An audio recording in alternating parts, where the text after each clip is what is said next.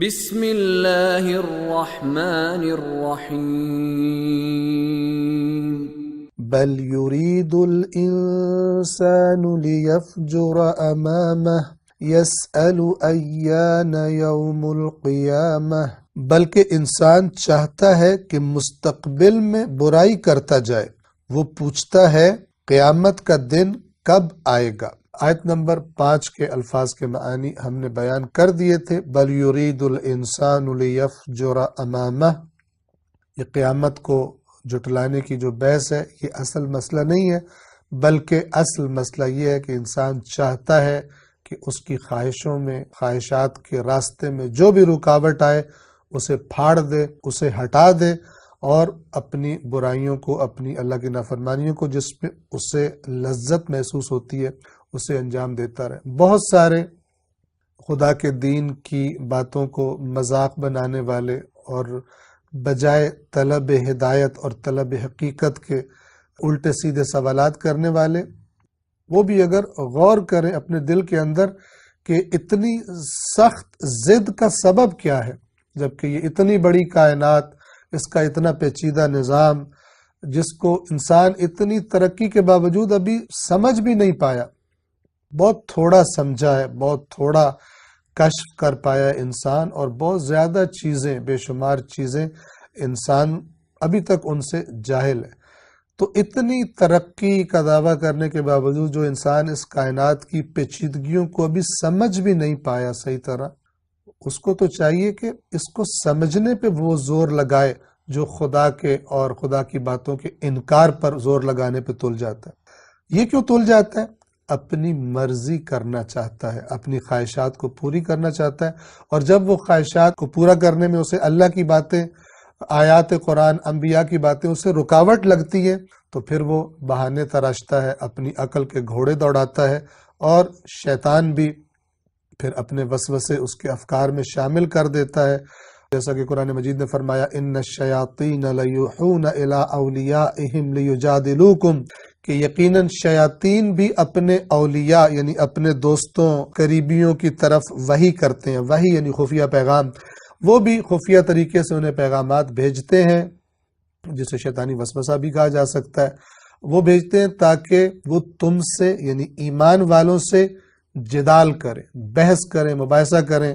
اور اس مباحثے کی بحث کیا ہوتی ہے؟ در حقیقت انسان اپنی خواہشات پر عمل کرنا چاہتا ہے۔ اگر خواہشات کو ایک طرف رکھ دے تو پھر یہ اتنی عظیم کائنات اور اس کا نظام اور انسان کا اپنا وجود،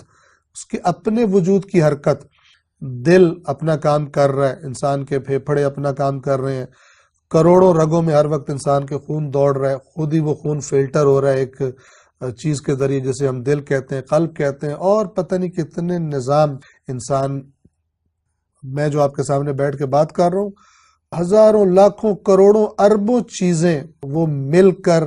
آپس میں ہم آہنگی کے ساتھ موجود ہیں، اور اس کے نتیجے میں میں اس قابل ہوں کہ میں یہاں پر بیٹھ کے بات کر رہا ہوں۔ یہ ہوا میری بات کو مثلا میری جو زبان سے نکل رہی ہیں، آواز کی لہریں، وہ اس مثلا جو کیمرہ میرے سامنے اور جو مائک ہے اس میں لگا ہوا، وہاں تک پوری امانت داری کے ساتھ پہنچا رہی ہیں، اور پھر یہ آپ تک منتقل ہو رہی ہے۔ یہ سارا کا سارا نظام اگر انسان کی خواہشات بیچ سے نکل جائیں تو پھر انسان بہت جلد اللہ تبارک و تعالی کی قدرت کا مشاہدہ کرنے کے بعد اس علی کل شیء قدیر اور اس خالق اور مالک اور رازق، موت و حیات دینے والے کے سامنے تسلیم ہو جاتا ہے، اور اس کی اطاعت میں ہی وہ اپنی سعادت سمجھنے لگتا ہے،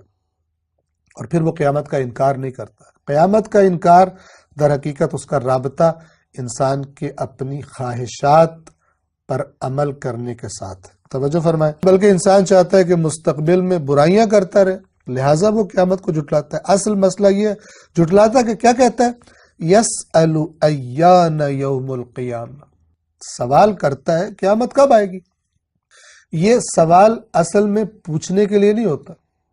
یہ سوال اس لیے تھا کہ کفار، قیامت کا انکار کرنے والے کہتے تھے، رسول اللہ سے کہتے تھے کہ تم سے پہلے بھی کتنے لوگ آئے تھے، وہ بھی کہتے تھے قیامت آنی ہے، قیامت قریب ہے، کب آئے گی؟ یہ کب آئے گی سوال نہیں تھا، بلکہ کب آئے گی یعنی نہیں آئے گی۔ کب آنی ہے قیامت یعنی نہیں آنی ہے قیامت۔ تو یہ سوال جیسے قرآن مثلا سورہ یاسین میں فرمایا وَيَقُولُونَ مَتَى هَذَا الْوَعْدُ إِن كُنتُمْ صَادِقِينَ، اور یہ کہتے ہیں کہ اگر تم سچے ہو، یعنی تم جو کہہ رہے ہو قیامت آنی ہے قیامت آنی ہے، تم جھوٹے ہو نعوذ باللہ، اگر سچے ہو مَتَى هَذَا الْوَعْدُ، تو یہ وعدہ کب پورا ہونا ہے، یعنی تم جھوٹے ہو۔ اصل میں یہ کہنا چاہتے تھے، سوال کے انداز میں انکار کرتے تھے۔ یہاں پر بھی وہی ہے، یسألو پوچھتا ہے، ایان یوم القیامہ قیامت کب آئے گی۔ انشاءاللہ اس کو جاری رکھیں گے، آئندہ درس میں الفاظ کے معنی ہم بیان کریں گے آپ کی خدمت میں۔ والسلام علیکم ورحمۃ اللہ وبرکاتہ۔